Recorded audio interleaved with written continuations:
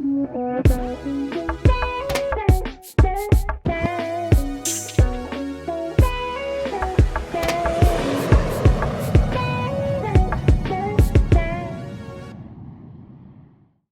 back to the $1 Million Ganja Chronicles. Today's a special episode here. I'm sitting here with two homies of mine. We have Sir Jacob Gifford and Sir Rico Perez here, together collectively making Charlie Brwn, a duo, hip-hop duo, specializing in, what would you say you guys specialize in here?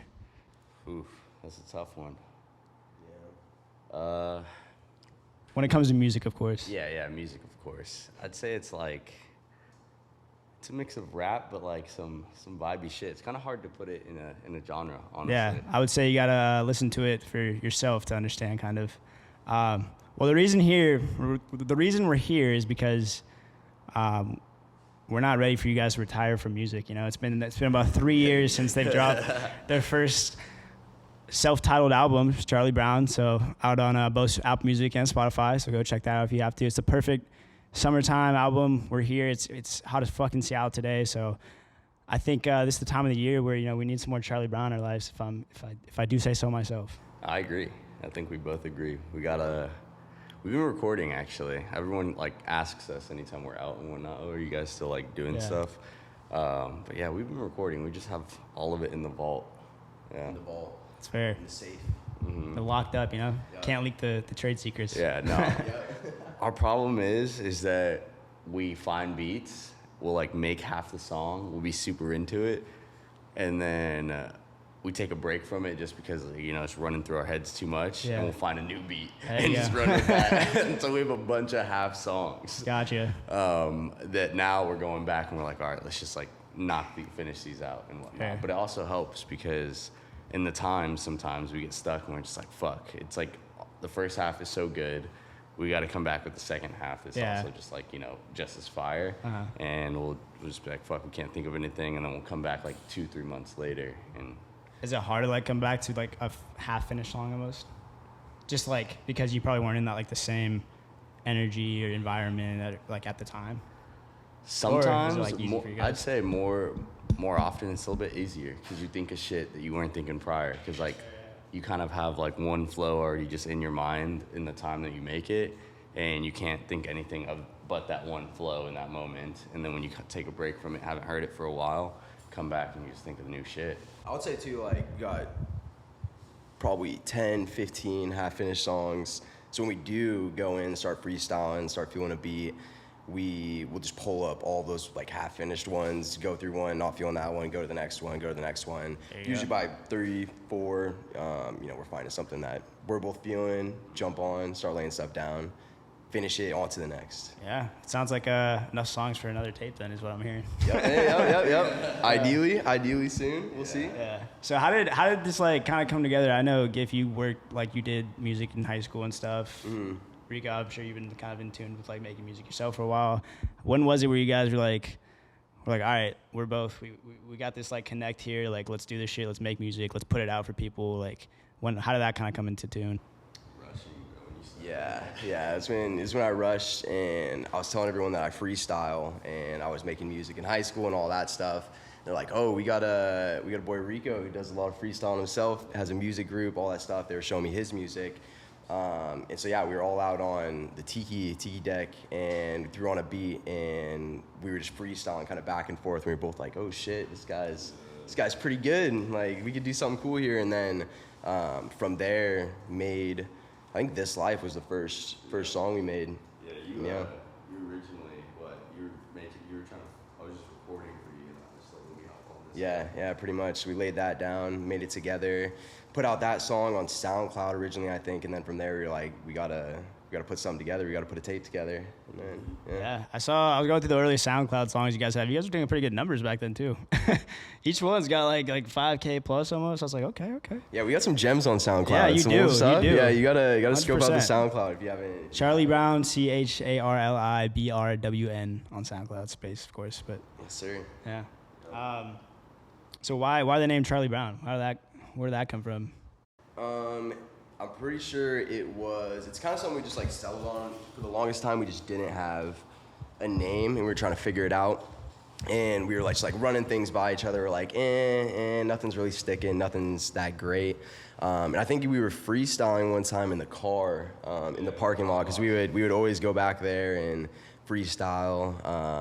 And I think it was a beat that we put on, had like Snoopy on it, or it had like some Charlie Brown album art on it, or art on the YouTube video. And then from there, we were like, Charlie Brown. We just kind of like looked at each other. There you go, man. And yeah, from there we just stuck with it and made that the name. Yeah, shout out the Hotbox Sessions, man. great freestyles going down there, I bet. Yep. I gotta say, because Phi-Sci has really cultivated that freestyle culture. I think I've met so many guys and helped me even just like, oh, let's rap a little bit. Just hop on a trap beat or something. It's so fun though. So you definitely paved that for me. I met you later on and definitely just like went with that. So that was always a great time too. But I was gonna ask, is there any Charlie Brown character in specific one of you guys relates to? I would say he's fucking Snoopy for sure. Yeah. There we go. Yeah. I gotta say, I haven't really seen a lot of Charlie Brown, if I'm being honest. I would say I'm either Charlie Brown, the one and only. The man himself. Yeah, the man himself, kicking footballs and all that, or I'm the bird. Woodstock?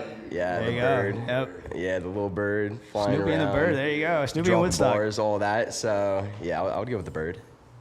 Yeah, you definitely are the bird. So with the self-titled album, it's about like 8 songs or so, right? Like 7 or 8, something like that. Yeah. I've been rerunning through it, and bro, just so many good summertime songs. Like I was saying, California, like Rodeo Drive, a lot of California theme going on. First of all, Yeah, so yeah. Any like spark or like inspiration you guys took from just like being in California, or is it just kind of like a? No, honestly, I feel like a lot of it was Seattle summers, bro. Just There you in go. the front yard of Yeah. Phi-Sci. I remember there'd be days people would be playing Die. I just have my headphones on, bumping like the beats of Summertime, walking back and forth on the brick wall, just fucking riding to that shit. Yeah. Yeah, honestly, yeah, a lot of definitely California West Coast vibes, but all came from Seattle. That's awesome, man. Can't beat Homegrown the right Seattle. here in the backyard. So Yes, sir. I got a question for you then. So back in high school, Yep.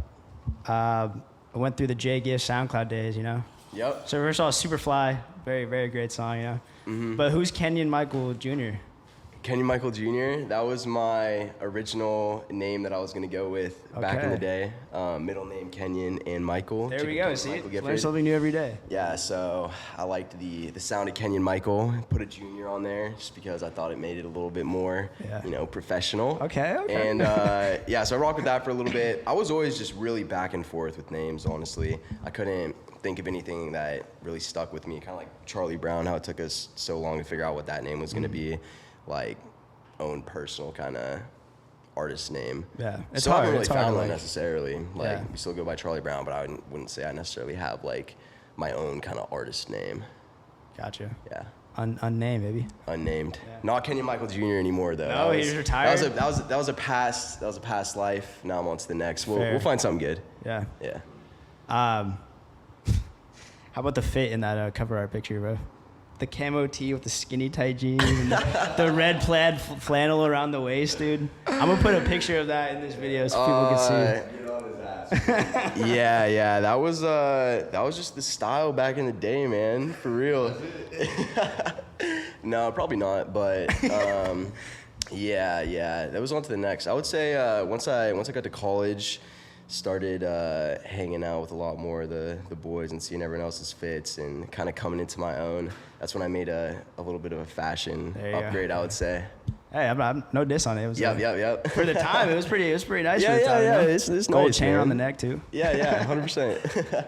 Question for you though, how you're from Houston, you moved out here to Seattle for school, right? Mm-hmm. Been in Seattle ever since. How was it kind of growing up in Houston? I've like the people, culture, like food out there. Bro, food's crazy. I've never been. I've heard like it's a pretty interesting city. Food's So I've never been crazy. there. Culture's great. Everyone like is nice. Like I don't know. It's just a good time, bro. I love that city. Oh, man. Peep the Rockets.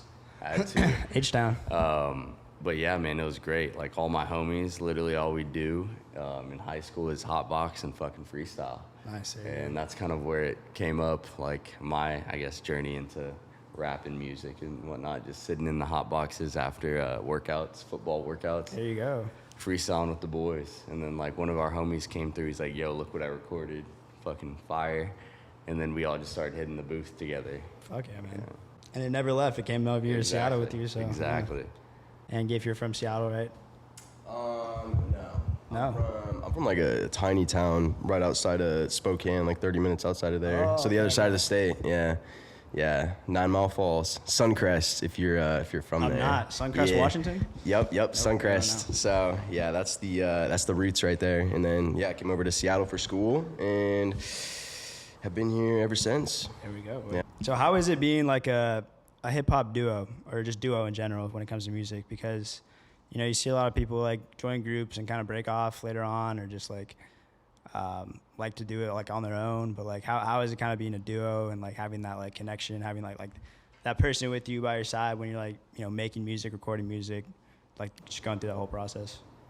Yeah, I think it's great. I think we like energize each other quite a bit when we are making music, and we're definitely pretty different kind of individual artists, I would say, and like the roots of what we were making was definitely different. Like his was a lot more like full on rap, a lot harder stuff, where I was doing more kind of R&B type stuff here and there. And so when we did mix and come together, I kind of got him to start getting more melodic and like doing more of these melodies and stuff, and like he was getting me to re-hit verses until I hit it how I wanted to hit it and how we wanted it to sound. So I would say we definitely bring the best out of each other in a lot of ways when we are making music. Hold each other to a certain standard when we are, like, if we don't like a verse, even if they like it, we'll be like, nah, that's not the one, like step back in, do it again, like you can hit it better. So I'll say, it's definitely been great. I think, like I said, we balance each other pretty well, help energize each other.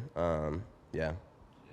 And I feel like we figured that shit out, like kind of our pieces to it. Like lately on the new shit we write, like I'm like, for a good chunk of our shit, I'm like the hook guy, and he'll like do his verse and whatnot. And like when one of us is just kind of having brain fog or like needs to finish the last bar or some shit, we'll just help write the other person's shit. Like we're just like, all right, let's like freestyle this shit. And it's just it's like nice having that, because it's just a lot easier to get bust shit out. Yeah. You're just kind of both like giving each other your creative juices and shit. Yeah. Sexually. It helps you guys grow with each other too, and like sexually. Oh, okay. Sexually. Chill out, bro. Any favorite like hip hop duos throughout your time? There's a lot up there. Not even like official, just like artists who collab and come together. Favorite hip hop duos. I'd say Ray Shrem is up there. Ray Shrem's got to be up there. I listened to a lot of Ray Shrem in high school. When Shrem Life came out, I like to say I was one of the first people on Shrem Life. I was just bumping everywhere I went. So yeah, Ray Shrem's definitely a big one. For myself, a lot of great hip hop duos out there. I wouldn't say any of them are like huge inspirations necessarily for us being a duo. But yeah, I would say Ray Shrem, honestly. I think you hit the mark with that, Ray Shrem. I'm excited what you guys hear then, because you guys get better start working more, because I'm trying to hear some more Charlie Brwn, but like I said, I'm sure these guys do too, so. Yeah, like I said, we got shit in the vault. We just need to drop it, finish it, and drop it. We do. Yeah, what are some next steps for you guys? What? Send them off to an engineer, essentially? Yeah, get them mixed and mastered. My guy Martin, he'd be doing our mixing and mastering. I forget his name, but you can throw it in the bio of the video. All right, so people can go check him out. We'll plug Martin he down makes there. a lot of beats too. He'll send us stuff every so often. He's got a lot of homies that send us beats as well that we go through. Look for a lot of beats on YouTube. But yeah, I would say next step is finishing a ton of the stuff that we do have that's 3/4 of the way done. Kind of just dedicating the time. Obviously, there's a lot going on now. We're both staying pretty busy with life stuff, work stuff, all that kind of sneaks up on you once you graduate and you spend a lot of time on things. But yeah, finish up all those songs, ship them off, figure out what we wanna put out there. Yeah, I know you two are big golfers. So when it comes down to who's better at golf here? Me. Are you decent at least? I'm getting there. There you go. I just started about like a month and a half ago, so. Oh, okay. Oh, yeah. First That's time ever getting into it, so yeah, I'm early on my journey, but I want it bad. Yeah. I want that shit. I know this I'ma motherfucker is have really it. fucking good. I can expect at least. That's what I've heard. He's all right. All right, never mind. Yeah. Nothing crazy. I'm more so, I would say I'm like 90 average golfer. So I'm going out there, I'm, typically shooting to hit a 90 every time. But I would say more so it's just a great time going out and getting to see the boys and have some beers, drive around, be outside, or walk around, swing the clubs, all that kind of stuff. So, yeah, I love golf though. I gotta recommend it if you're not already swinging. I can swing a little bit. When I get on the course, I kind of start botching everything, but it's a work in progress for me too. Yeah, I do want to actually get decent at it, so that's the goal. It's a lifelong sport. It is great business skill to have too. Absolutely. Yeah. We'll do the last thing. The last thing I like to do is just a simple message to the youth, message to the kids. If you guys tell somebody out there a little valuable piece of life advice, what you got, I'll say don't be afraid to do really anything in life. I would say fears held me back with a lot of stuff, and still to this day, there's a lot of things that I don't want to do because I'm afraid of what might happen or if things go a certain route that I don't like. And I would say that's one of the biggest things that will hold you back in life is fear, being afraid to do things for whatever little thing might happen. So I would say biggest piece of advice is don't let that hold you back. If you are afraid of something, go do it as soon as you can to conquer that fear and go on to the next thing. And it'll get you where you want to be in life. Yeah. Fuck yeah. Don't be a bitch. Yeah. Literally it. Same thing. And just want that shit. You just gotta want that shit. Whatever it is, whatever you want to do, lock in and just want that shit. Amen. Mm-hmm. Passion and drive, baby. Exactly. Be fearless. Exactly. I love it. Be boundless. Go dogs, baby. Yeah. Fuck yeah, man. Well, I'm glad we did this. I know we were talking about it for a while, so I'm glad we finally sat down. I'm excited what happens next. Yeah. Music videos to come. All right, we'll cut it from there. Thank you guys for watching. Thank you guys for coming up on here. Thank you, man. So Thank glad you to for be your here, time. yeah. And subscribe. All right, and that's wraps. Thank you. Sweet. Clip with a two-tone chains. Every my drip does get in my aim. Yeah, I got a bad today. I ain't gon' chip if it's gone by tomorrow. Tryna live like a motherfucking starter. I'm broke with a girl. Let's go. Pull up in a two-tone wave. Speeding and swerving that lane. Dropping and chopping that brain. I ain't never been no lame. Yeah, fucking on a bitch like Margot.